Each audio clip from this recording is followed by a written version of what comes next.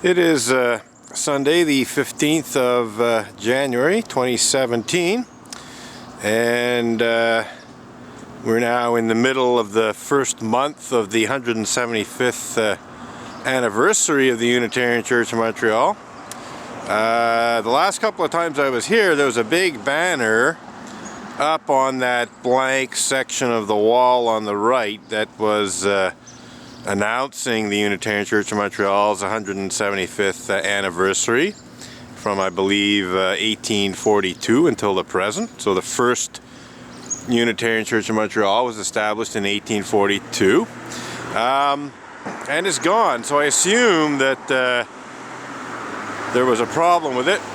It was not properly anchored. The bottom part of it was getting blown around in the wind. I saw quite a few cracks on it, so I suspect that what happened is that it just didn't last very long, that it basically deteriorated very quickly. So that says a thing or two about the Unitarian Church of Montreal too. We're also looking at the Wayside Pulpit. This is the French version of the Unitarian Church of Montreal's mission statement. The English version is in the right side of it there. Notre communauté spirituelle accueille, nourrit, inspire, stimule. Ensemble, nous agissons dans le monde. Well, you know, I've already gone through this in English and shown how this is completely devoid of any moral or ethical content. Let's just do it in French. Notre communauté spirituelle accueille quoi exactement? Je sais certainement que l'Église unitarienne de Montréal accueille certains athées qui sont anti-religieux, qui insultent et abusent les gens qui croient en Dieu. Je suis très au courant de ça.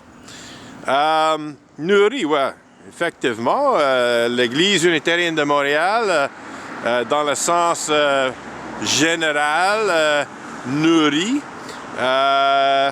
les mêmes athées, intolérants, etc. Il nourrit aussi des gens qui engagent dans des voies de fait contre moi. Inspire, je ne sais pas si l'Église unitarienne de Montréal, la communauté spirituelle, entre guillemets, de l'Église unitarienne de Montréal, inspire directement les gens qui m'attaquent, qui m'insultent, qui amènent des faux accusations contre moi, mais quand même, je pense qu'ils sont, s'ils ne sont pas inspirés par l'Église, ils sont au moins accueillis et nourris par l'Église. Je ne sais pas s'ils sont stimulés par l'Église, mais ils sont certainement accueillis et nourris par l'Église. Alors, on peut dire que l'Église stimule des comportements qui ont un certain manque d'éthique, qui sont violents, qui sont insultants, etc. Ensemble, nous agissons dans le monde. Bon, comme j'ai noté pour la version anglaise, quelle action est-ce que la communauté spirituelle de Montréal prend dans le monde? Est-ce qu'ils sont toutes des actions de bonne foi? Est-ce qu'ils sont toutes des actions bonnes? Ou est-ce qu'ils sont peut-être des actions qui manquent d'éthique, qui sont corrompues, qui sont hypocrites, etc., qui sont violents, qui sont criminels, etc. Et effectivement, je peux dire franchement que le leadership de l'Église unitarienne de Montréal, je m'excuse pour l'anglicisme là, et les membres de l'Église unitarienne de Montréal, sur occasion, agissant dans une façon ou agissent dans une façon qui est soit immoraux, qui manque d'éthique, qui est insultant, qui est abusif, qui est presque criminel, qui est actuellement criminel, etc. Alors, comme on voit, le mission statement, de notre anglicisme, je m'excuse, de l'Église unitarienne de Montréal, c'est vide de contenu éthiques, moraux. Il n'y a aucun idéal là-dedans. C'est juste des actions. Et pas toutes les actions prises par les membres de l'Église unitarienne de Montréal sont des actions qui sont bonnes. Il y a des actions, comme j'ai déjà dit, qui sont pas mal corrompues. Alors, je vais commencer mon manif. Le vent je dois régler les pancartes parce que le vent a causé les pancartes à tomber. Alors, je vais régler ça premièrement. Ils sont tombés durant mon discours là. Puis je vais marcher avec une pancarte ou peut-être deux. Je vais peut-être continuer en français pour expliquer les pancartes que je pose devant l'église. Wow! OK, ça. Voilà, il y a des gens qui arrivent.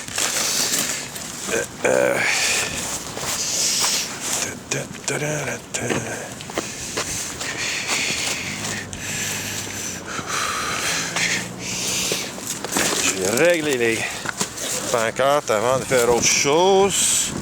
Non, mais c'est ça, il y a un peu de vent et ça cause les pancartes à tomber. Je vais voir à quel point je vais laisser les pancartes comme ça, mais je vais essayer de régler le problème pour le moment. Ah, voilà, il est déjà tombé un et un autre. OK, comme ça, on enlève les pancartes. Il ne vaut pas la peine d'avoir des pancartes qui tombent chaque 30 secondes. Alors, je vais marcher avec deux pancartes, puis je vais peut-être laisser un couple de pancartes ici parce qu'ils tombent moins souvent. Ah! Ils tombent pas mal beaucoup aujourd'hui.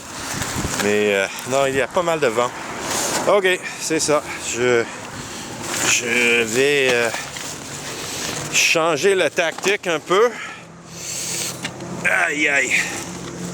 Alors aujourd'hui, on n'aura pas de pancartes qui sont contre les poteaux, etc. À moins de peut-être une. Si je vais mettre comme 4-5 comme ça va être difficile de tomber. Alors, je vais prendre deux. Une dans chaque main. Les deux plus pertinents. Puis je vais laisser 4 ou 5 ensemble pour qu'ils ne tombent pas avec le vent. Et ça va être juste une qu'on voit seul comme ça. Mais ça va être le plus grand. Unsafe sect. En français, secte malsaine. Mais en anglais, il y a le jeu de mots sur safe sects. Et effectivement, le secte des unitariennes. Et je dois dire qu'en anglais, le mot secte, c'est pas aussi péjoratif qu'en français. Je sais qu'en français, secte, ça peut être pas mal péjoratif. Mais en anglais, c'est plus neutre. Ça veut dire seulement une petite religion. Peut-être un peu hérétique, mais si vous décrivez la religion de quelqu'un comme un secte, c'est pas aussi insultant qu'en français. Et ça fait un beau jeu de mots sur safe sex, unsafe sect. Et effectivement, le secte unitarienne universaliste, c'est pas safe, c'est pas sécuritaire pour certains gens. Et comme quasiment toutes les religions, il y a un certain montant d'abus sexuels par le clergé et aussi par je sais pas le mot, en anglais, religious educators, Sunday school teachers, alors les gens qui enseignent les enfants. Il y a un certain montant d'abus sexuels qui se passe. Alors, il y a certainement un manque de sécurité au niveau sexuel, ce qu'on appelle sexual misconduct, sexual abuse, etc. Mais ce pancarte-là, ça veut ça veut tirer attention à ça, certainement, mais c'est pas juste ça.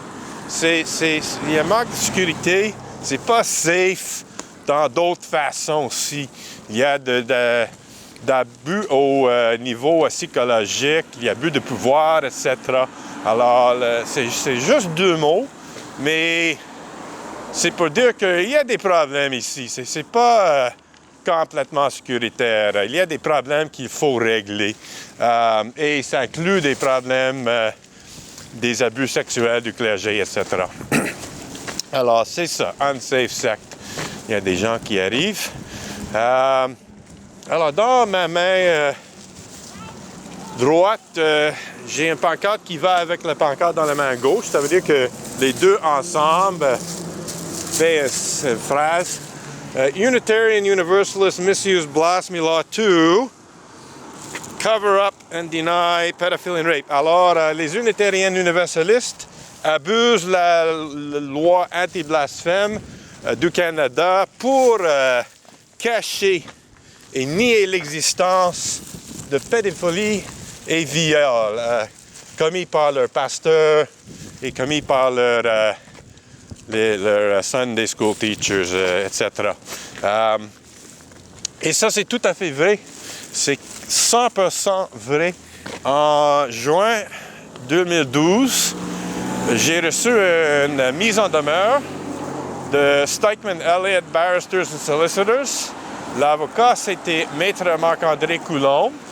Puis dans la mise en demeure, il m'accusait de le crime de libelle blasphématoire contre l'Église unitarienne universaliste en Amérique. Ça veut dire the Unitarian Universalist Association. Son prétexte pour m'accuser de libelle blasphématoire, c'était que j'ai fait des accusations de pédophilie ou viol contre les pasteurs de l'Église qui n'avaient aucun fondement, qui étaient vicieux, etc. Alors, je vais dire exactement qu'est-ce qu'il a dit en anglais, parce que la mise en demeure était en anglais, et je vais dire les mots anglais pour que vous pouvez les savoir. Your unfounded and vicious allegations to the affected ministers of the association engaged in such despicable crimes as pedophilia and rape are unfounded. Not unfounded, are defamatory. He already said unfounded at the beginning there. So are defamatory, and that they're so defamatory that they constitute the criminal act of blasphemous libel. Alors, vos allégations sans fondement et vicieux contre les pasteurs de l'Église unitarienne universaliste sont diffamatoires, et sont tellement diffamatoires qu'ils constituent le crime de libelle blasphématoire contre la religion unitarienne universaliste. C'est ça. C'était plein de bullshit à deux niveaux. Premièrement, les allégations que j'ai faites sur mon blog, The Emerson Avenger, n'étaient pas du tout sans fondement. Ils étaient tout à fait vrais, basés sur les reportages dans les journaux, etc., concernant les unitariens universalistes qui étaient condamnés pour le viol et envoyés en prison pour leur crime. Alors, c'était pas du tout sans fondement. L'autre chose, très intéressant, quand j'ai fait des recherches du loi anti-blasphème du Canada, j'ai trouvé que c'est effectivement, c'est ça, c'est une loi anti-blasphème. Est-ce que c'est blasphème de dire, même faussement, qu'un pasteur est un pédophile ou un violeur? Je pense pas vraiment. C'est peut-être la libelle au niveau civil, mais c'est pas un blasphème contre une religion de dire qu'un ou deux de leurs pasteurs sont des pédophiles, des violeurs, même si ça c'est faux. Et dans mon cas, c'était pas du tout faux. Alors, effectivement, pour être coupable de libelle blasphématoire contre la religion unitarienne universaliste pour avoir parlé dans une façon critique de leurs pédophiles ou violeurs. La seule circonstance dans laquelle je peux être coupable, c'est si la religion unitarienne universaliste considère la pédophilie et le viol d'être sacrés dans leur religion. Alors, c'est complètement débile de m'accuser de libelle blasphématoire contre l'Église unitarienne universaliste pour avoir dit la vérité que certains de leurs pasteurs, certains de leurs Sunday school teachers, religious educators sont des violeurs et des pédophiles, etc. Vous pouvez être certain que j'ai dit ça à Maître Coulombe dans mes réponses à ses lettres. Alors, c'est ça. L'Église unitarienne essaie de cacher les abus sexuels hommes faussement accusés de la crime de libelle blasphématoire. Ou peut-être c'est 2 crimes. Je ne sais pas si crime est masculin et féminin. Mais voilà. Alors, je proteste contre ça, entre autres choses. OK, un petit écureuil là. Mais ça, on va continuer en français. Je fais pas beaucoup de discours en français parce que premièrement, mon français, c'est pas superbe. C'est pas pire. Je me donnerais peut-être un 8 sur 10, mais c'est loin d'être parfait. Je manque de vocabulaire des fois. J'ai d'autres défauts dans mon français. Alors, et l'autre chose, c'est que l'Église unitarienne de Montréal, c'est très anglais. Il y a des membres francophones, mais c'est surtout anglais. Puis certainement, la